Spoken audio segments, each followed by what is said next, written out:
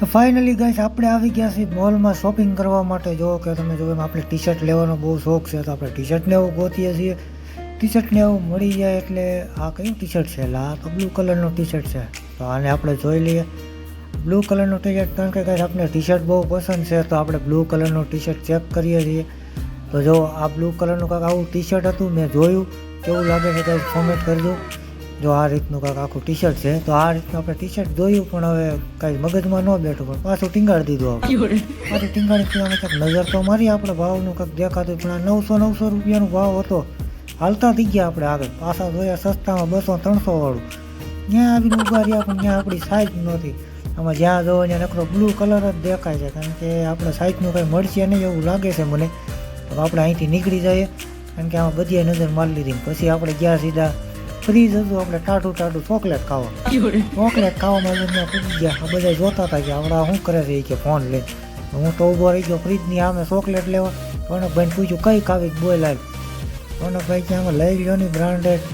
એમાં જે મેં બ્રાન્ડેડ ન હોય, મેં કીધું નબળું નહીં ખાવાનું, સસ્તું નહીં ખાવાનું. કે પણ બ્રાન્ડેડ સસ્તું ન હોય એ કે લઈ લ્યો નહીં. તો મેં લઈ લીધી. પછી ત્યાંથી ચોકલેટ વિચાર્યું હતું, પેલા ના પાડી, આપણે કાંઈ મગજમાં બેઠું નહીં. એટલે આગળના ફ્રીજમાં જોયું પણ ત્યાં તો તમને ખોખા જ હતા, પણ એમાં આપણે કાંઈ દસ બીજી નહીં. આપણે ત્યાં દેશી માણા એટલે પછી કીધું આગળ જઈએ ટાઢું પી ત્યાં થમ્સઅપ ને કોલ્ડ્રિંક ને જીરા ને એવું બધી સોડાવું હતી. સોડા લઈને થોડું કીધું મોલમાં રખડે. હવે મોલમાંથી પાછા રિટર્ન આવી જાય એના ફ્રીજે ઊંધું ખોલવા ગયા, ખુલ્યું નહીં. પાછું હરખું ખોલ્યું, કારણ ખોલીને લીધી આખી 20 રૂપિયાની ચોકલેટ. જોવો ગઈ પેલા જોઈ મેં પ્રાઇસ, ખબર જ હતી 20ની છે પણ તોય જોઈ લીધી 20ની છે. રોનકભાઈ કીધું લઈ લેની ભાઈ ખાયું. ખાઈને જો અમે 20 રૂપિયા ચોકલેટ લઈને થઈ ગયા હાલતા. ચોકલેટ લઈ લીધી ને આ બધા બિલિંગ કરતા હતા. રોનકભાઈ કે મને ચશ્મા પહેરો ગયા તો એ મને બિલિંગ દેખાય. ભાઈ ચશ્મા પહેરી લીધા ને બિલિંગમાં તો એ કે એટલું બધું બિલ દેવાનું. મેં કીધું ચશ્મા પહેરવાની ક્યાં જરૂર છે, લીધી 20 રૂપિયાની ચોકલેટ ને હવે ચશ્મા પહેરવાની વાત કરે છે. જો હવે તો દેખાડે છે કે આનું બિલિંગ પહેલાં કરજો. એ કે આનું બિલિંગ કરવા આટલું કેટલી ઘડી તમે ઊભા રહે. ત્યાં એક બાબાનો મગજ વયો ગયો હતો. રોનકભાઈ કેવા વારો લે તો સારું. હવે એ કે મને તો પેટમાં દુખવા મળ્યું છે. એ કે જો હું પછી ગાય આ 2 પ્રોડક્ટ હાટુંથી અમારે 15 મિનિટ વેઇટ કરવું પડે. પણ ઓલો ભાઈ એટલો નિરાંતવાળો હતો, અમે ઊભા રહી થાકી ગયા. પછી અહીંયા બિલિંગ કરાવી નાખીએ. જો અહીંથી બિલિંગ કરાવી રોનકભાઈને કીધું હાલો ખીચા કરો હલવા. રોનકભાઈ પાકીટ કાઢ્યું. મને કે પૈસા તો નથી કે પાકીટ. તો એને કાળા ખુચકામાંથી કાઢી, સિક્રેટ પોકેટમાંથી કાઢી. પછી અમે નીકળી ગયા ઉપર.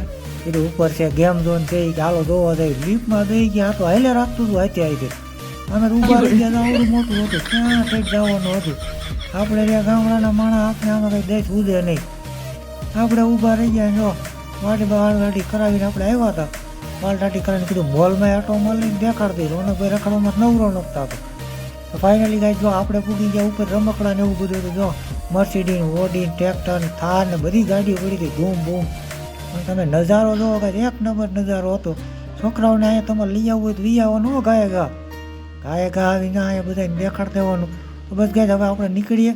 આપણે જઈએ છીએ જો હવે ઘરે, કેમ કે અંધારું થઈ ગયું છે. તો તમારે આખો વિડીયો જોવો હોય તો આપણી ચેનલમાં આવી જ ગયો છે ને આ વિડીયોમાં ડિસ્ક્રિપ્શનમાં હું આપી જ દઈશ. તો તમે જોઈ લેજો. અને આ વિડીયો શોર્ટ વિડીયો તમને મિની બ્લોગ કેવો લાગ્યો લાઈક શેર અને સબસ્ક્રાઈબ કરી દેજો. અને આખો વિડીયો આપણી ચેનલમાં આવી જ ગયો છે.